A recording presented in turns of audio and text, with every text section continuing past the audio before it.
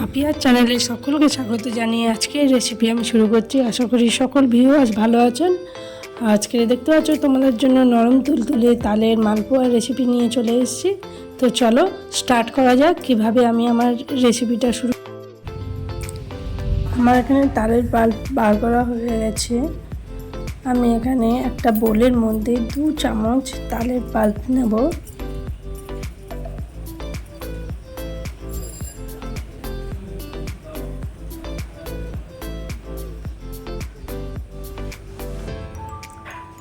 ময়দা নিলাম, এখানে আমি ময়দা নেব 1.5 বাটি।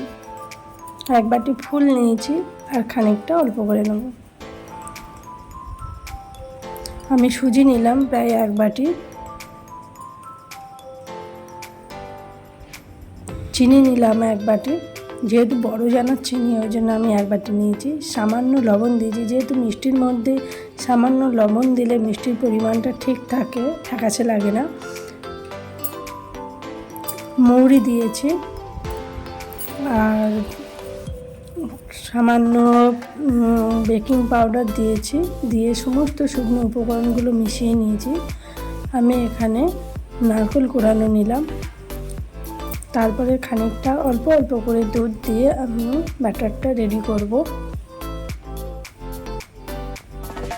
একসঙ্গে পুরো দুধটা দেব না, যেহেতু ব্যাটারের থিকনেসটা আমাকে ঠিক রাখতে হবে। তো আমার এখানটা ব্যাটারটা রেডি করা হয়ে গেছে, দেখতে পাচ্ছ কিরকম ঘনত্ব রেখেছি।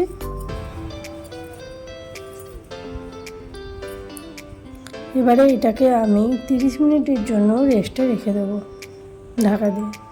ততক্ষণ আমি শিরাটা রেডি করে নিচ্ছি। 1 বাটি জল নিয়েছি আর 1 বাটি চিনি দিলাম।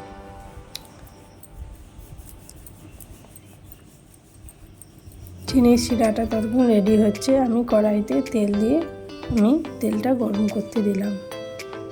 30 মিনিট হয়ে গেছে। 30 মিনিট পরে আমি চলে এসেছি। দেখতে পাচ্ছ কত সুন্দর হয়েছে রেডি। আমি একটা চামচের সাহায্যে অল্প অল্প করে গরম তেলের মধ্যে মালপোয়াগুলো একে একে ভেজে নেব।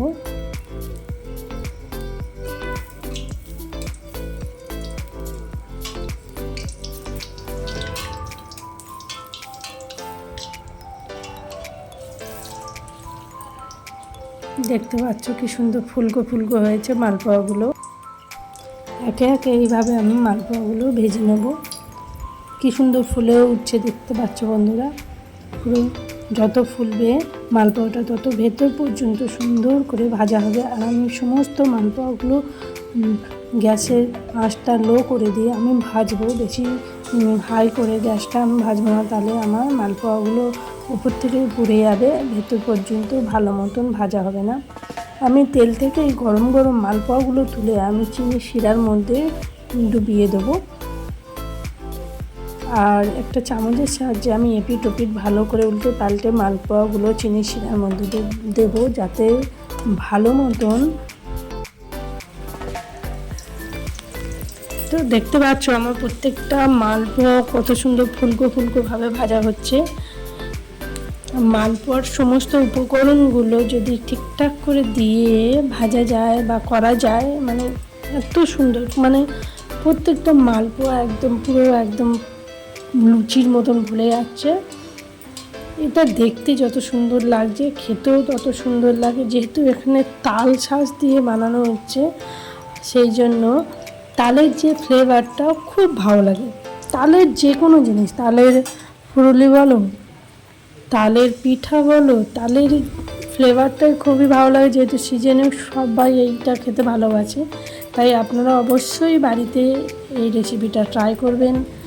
আর কেমন লাগে আমাকে অবশ্যই কমেন্টে জানাবেন।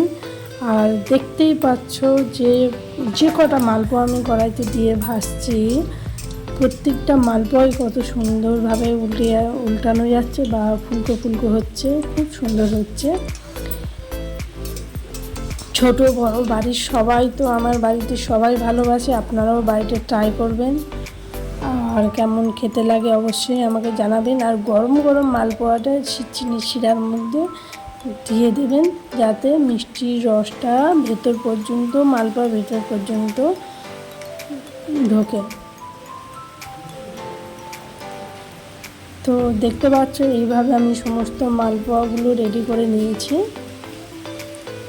বাকি মিষ্টির রসটা আমি দিয়ে দিচ্ছি মালপোয়ার উপরে।